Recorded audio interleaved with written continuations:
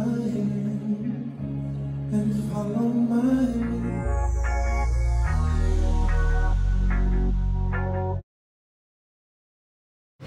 Narito naman nga ang mga ilang kaganapan sa naging kasal ni Bugoy Carino at EJ Laurel.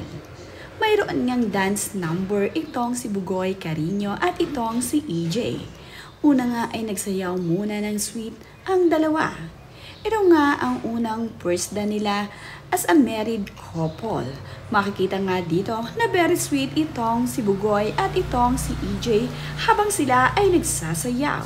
Masaya naman nga ang mga ito dahil tumalo ang kanilang mga malalapit na kaanak, kaibigan, kapamilya.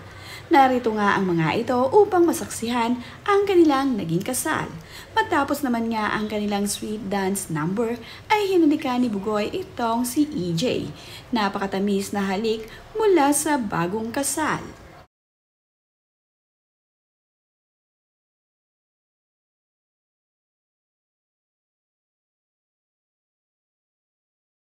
Hindi nga lamang isang dance number ang ginawa ni EJ at ni Bugoy.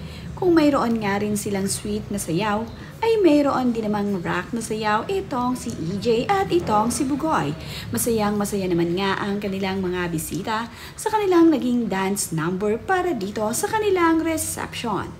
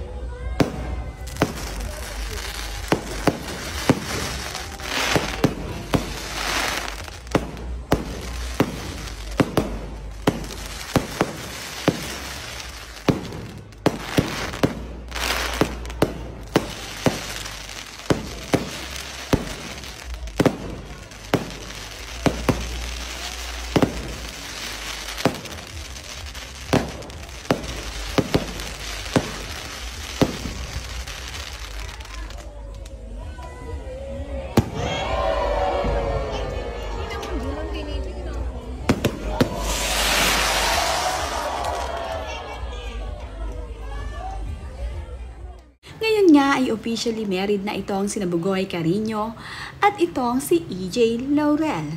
Sa wakas nga ay na-bless na rin sila at naikasal na rin sa simbahan.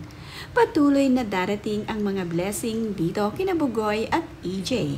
Ngayong naikasal na sila sa simbahan at ngayon nga ay official ng Mrs. Carino itong si EJ.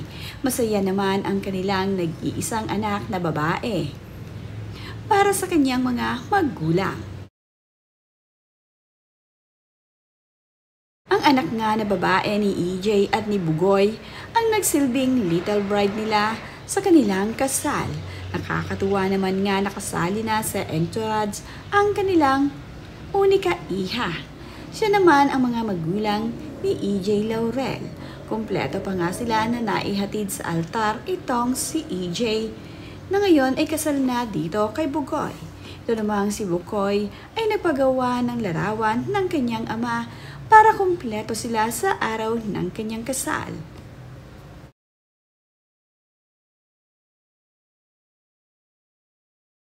Napakasaya nga ng pamilya Laurel at pamilya Carino ngayong officially married na ang kanilang mga anak. Napakaganda ng ngiti ng anak ni EJ at ni Bugoy.